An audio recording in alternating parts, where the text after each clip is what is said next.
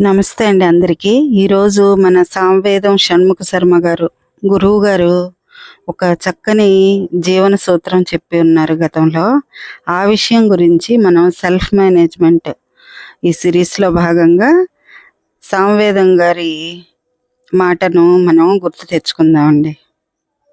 గురువు గారు చెప్పిన ఆ జీవన సూత్రం మనందరి జీవితాలకు కూడా చాలా అత్యవసరమైనదండి. ఎందుకంటే మనం ప్రతిదినం అనేక విమర్శలను ఎదుర్కొంటాం. తప్పు చేసామా, పోనీ ఎంతమంది ఎన్నన్నా పడతాం. ఎందుకంటే మనం తప్పు చేసినప్పుడు మనకే తెలిసిపోతుంది. ఒకవేళ ఆవేశంతోనో తెలియకో ఆ టైంకి చేసినా మనం మళ్ళీ నిద్రపోయే ముందు కొద్ది రోజుల తర్వాత మనం రియలైజ్ అవుతాం. ప్రతి ఒక్కరికి వాళ్ళ అంతరాత్మ నువ్వు తప్పు చేసావనే చెప్తుందండి. ఎవ్వరూ కూడా తప్పు చేసి నేను కరెక్ట్ చేశాను అనుకునే వాళ్ళు ఉండరు. అయితే అంతరాత్మ ప్రబోధం వినకుండా ఇతరుల మాటలకే ఎక్కువ ఇచ్చి విలువ ఇచ్చి బాధపడే వాళ్ళు అయితే ఉంటారేమో, కానీ లోకంలో అంతరాత్మ మన తప్పును మనకు తెలియజేయంది అయితే ఉండదండి. సరే, మనకి తప్పు చేస్తే పడతాము, అది వేరే విషయం. కానీ ఇతరులు కావలసి మనం ఏ తప్పు చేయకపోయినా మన దగ్గర డబ్బు లేదనో అధికారం లేదనో మనల్ని హింసించడమే పనిగా పెట్టుకుంటారు. మాటలతో అనేక రకాల హింసలు బట్టి అదొక పైశాచిక ఆనందం పొందుతారండి. మనం బాధపడుతుంటే వాళ్ళకొక రాక్షస ఆనందం అన్నమాట. అయితే ఇట్లాంటి సమయంలో మనం గుర్తుపెట్టుకోవాల్సింది ఏంటంటే, ఏడుస్తూ కూర్చోవడం కాదు.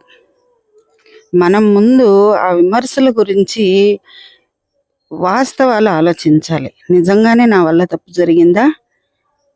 తెలుసో తెలియకో నేనేమన్నా ఎవరికైనా నష్టం చేశానా? నా వల్ల నా కుటుంబానికో సమాజానికో దేశానికో నష్టం కలిగిందా అని ముందు మనం ఆలోచించుకోవాలి. ప్రశాంతంగా కూర్చుని ఆలోచించిన తర్వాత కూడా మన మన మన తప్పు ఏమీ లేదని మనకు అర్థమైందనుకోండి, అప్పుడు వాళ్ళ విమర్శల్ని అంత సీరియస్గా తీసుకుని ఏడుస్తూ కూర్చోవద్దు. ఏడుస్తూ కూర్చున్నంత మాత్రాన సమస్య పోదు కదా. ఈ సమస్య గురించి మన గురువు గారు, పూజ్య గురువులు సామవేదం షణ్ముఖ శర్మ గారు ఒక మంచి ఉపమానం, అంటే ఒక మంచి ఎగ్జాంపుల్ చెప్పారండి. దేవుడు ముందు వెలిగించిన దీపానికైనా కింద నీడ ఉంటుంది. అంటే నీడ అంటే చీకటి ఉంటుంది.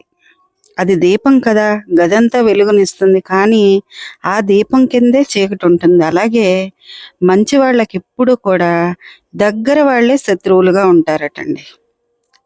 ఎక్కడో ఎవరో నీకు నేనున్నాను అని భార్యకు భర్తో, భర్తకు భార్యో, స్నేహితులో, కుటుంబమో తోడుగా నిలబడి ఉంటారు తప్ప మిగిలిన అందరికీ కూడా ఒంటరి పోరాటమేనండి. కుటుంబం సపోర్ట్ అంతలాగా ఏమీ ఉండదు ఎవరికి.